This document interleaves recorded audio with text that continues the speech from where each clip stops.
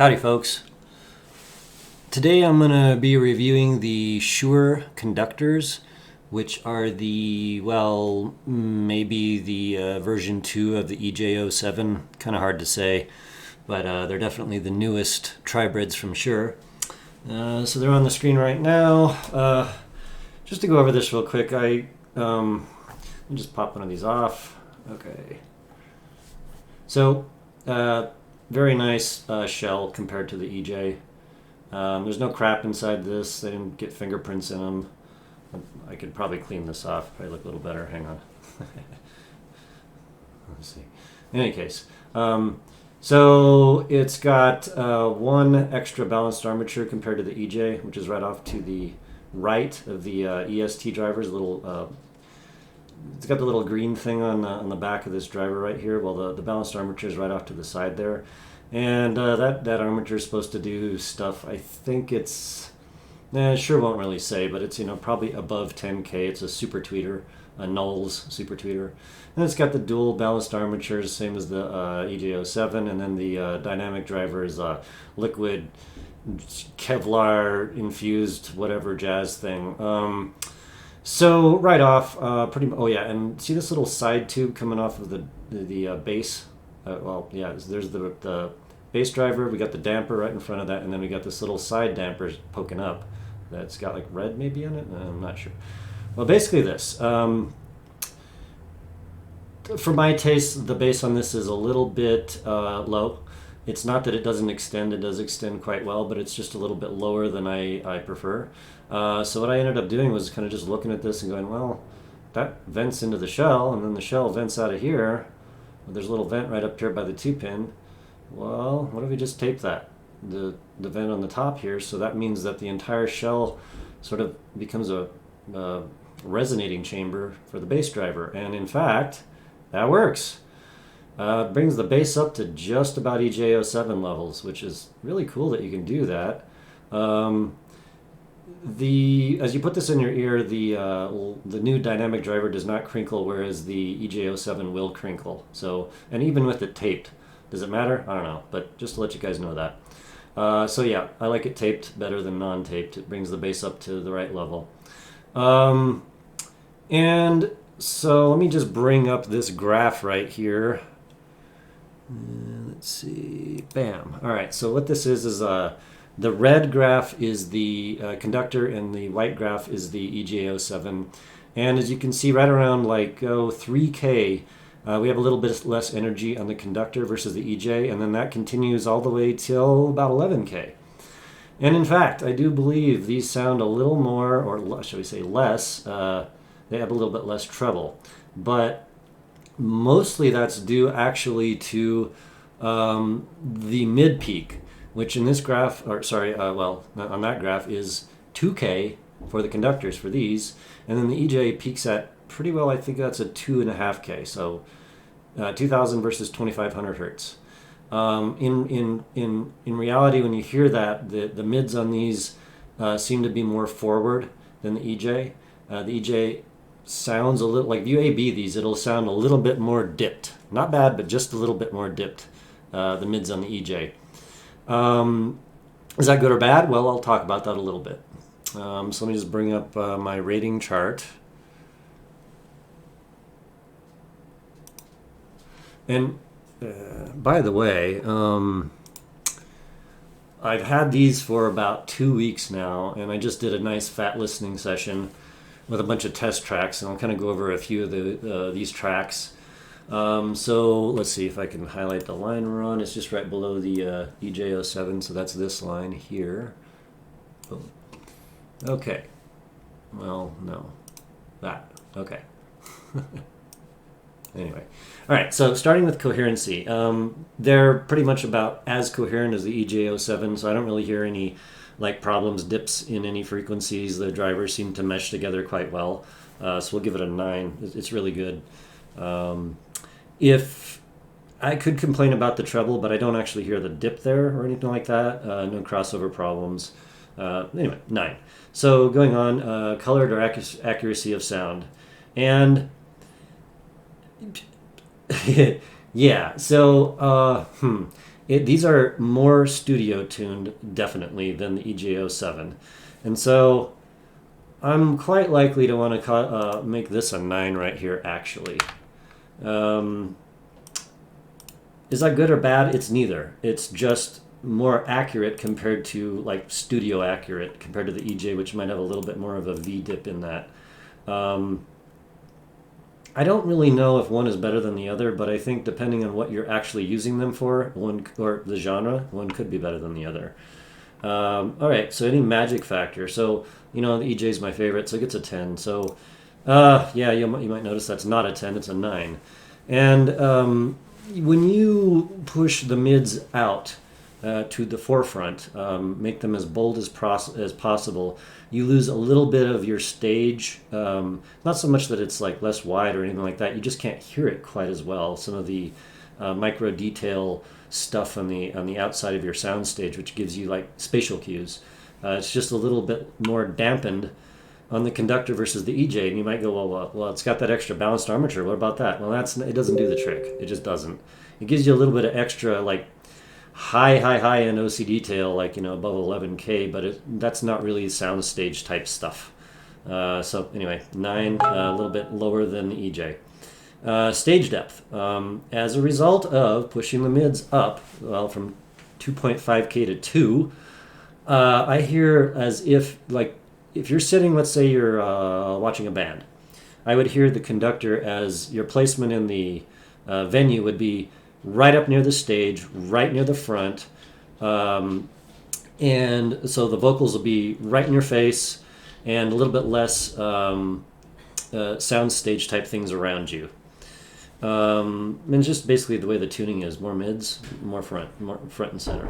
So the stage depth goes down a hair here. Now, in terms of the wideness of sound and the openness of sound, because of the fact that the mids are pushed forward just a hair, the wideness it's just a psychoacoustic effect, but it seems just a hair less wide than the EJ, which is just like, it seems almost an infinite wideness to me. It doesn't really have edges to the stage, so it goes down a hair in wideness. Imaging has got to be pretty much the same. It's very, very good.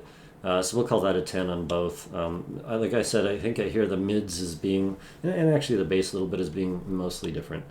Volume scaling. So because the mids are pushed forward really high, or I should say a lot, as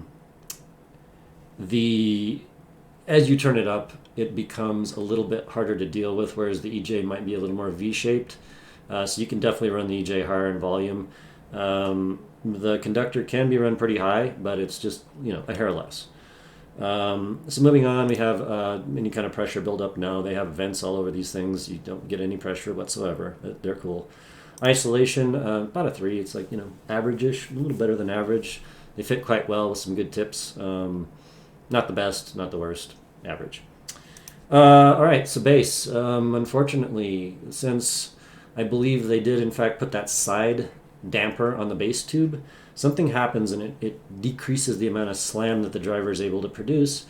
You can get around that by taping the back vent, but we don't rate that. So yeah, the bass goes down from like, wow, amazing, to really good, and I definitely love it. It's just not the best I've ever heard. However, it is very extended. It goes down to 20 hertz, no problem, and it's a bit flatter, whereas like maybe the EJ seems like it's got more of a sub-bass focus and a little less mid-bass, something like that, whereas the conductor has a little more mid-bass, a little less sub-bass, so it's a little flatter. You get a little more of all of the bass in there. Yeah.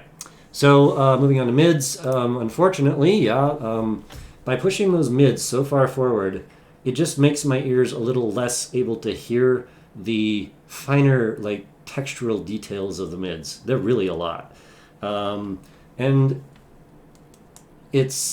I don't find them to be specifically, like, say, different in tonality than the EJ, but just because there's so much more of them, it's just a little harder to pick out the finer details of them. So I bumped that down a hair from a 10 to a 9.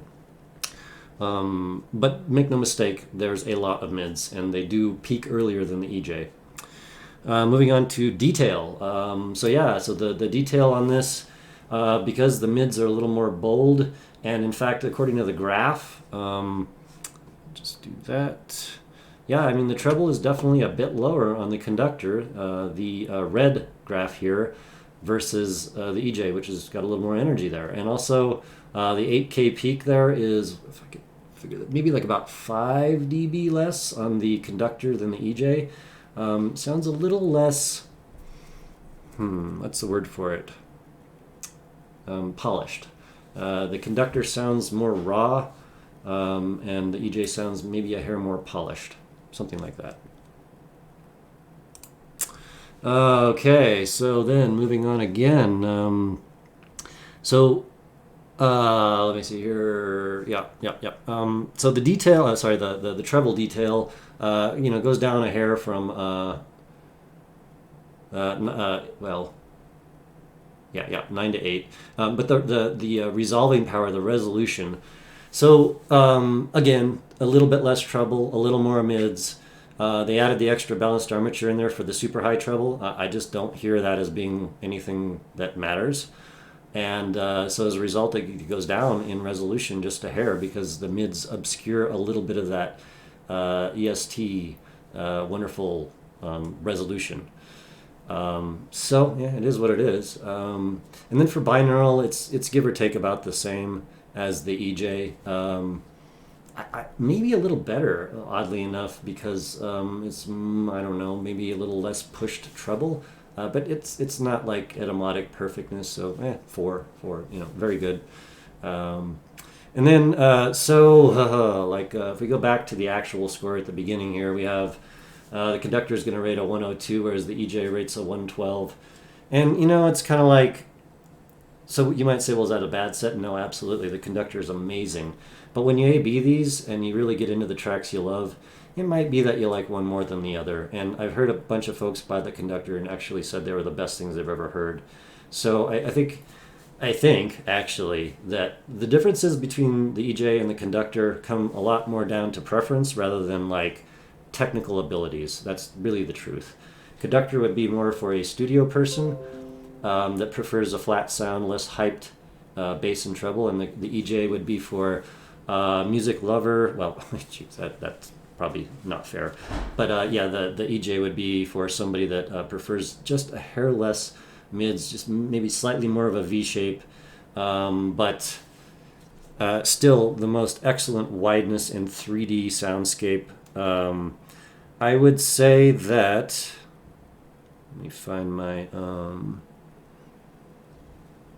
I'll just turn this off for a second. So I would say that out of all my headphones, like if I could have two, that might be the conductor and the EJ. For different reasons, I do a lot of studio work, so the conductors are like amazing, absolutely amazing for mixing, really truly. They really allow you to hear the problems in mixes and the finer details that you need to fix, basically. So, yeah. It comes down to preferences. These are, I think, easily as good as the EJ, just not the same. Different tuning for different folks. I did actually talk to Shuoer about the EJ having like fingerprints and gunk in them, and they took that to heart. And as far as I can tell, they fixed their production. The newer EJs and the newer conductors are just flawless. There's really no problems with them. They fit wonderful. There's no finish problems. And a fellow sent me pictures of his new EJs, which also looked gorgeous. So I'm pretty happy about that. It seems like Shuoer cares, actually, which is nice.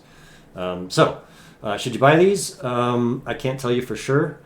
I can tell you that if you prefer more of a flat sound versus like a V-shaped, more hypey, exciting sound, these might hit the mark for you extra well, really. If you come from a background of listening to acoustic music, say you play, a violin, something, maybe acoustic guitar, if you're a singer, what else? You get my point. I think these do better with like real instruments versus electronic type things. So that's sort of my opinion. Will I be keeping them? Probably not. Reason being, I have a whole studio set up for doing my mixing, and I don't really use headphones for that, although I love to use them as a reference point, but I don't mix with them. So I'll probably send these off to the next person to check them out. And I might get myself a custom pair of EJ07s because they kind of fix the way they look and the crud inside of them, and I just would like to have a nice pair for myself. So these are awesome. I highly recommend these, and I think that for $850, they are amazing, absolutely amazing value. You could spend a lot more and not get nearly as much quality and performance out of a headphone as these. So give them a big thumbs up. Let's see if I can find my thumbs up in here. Thumbs up, thumbs sideways, thumbs somewhere. Yeah, love them. Shuoer is awesome. Cool guys. Next one up is going to be the Fearless. Critical Fearless. Okay, have a great day. Bye-bye.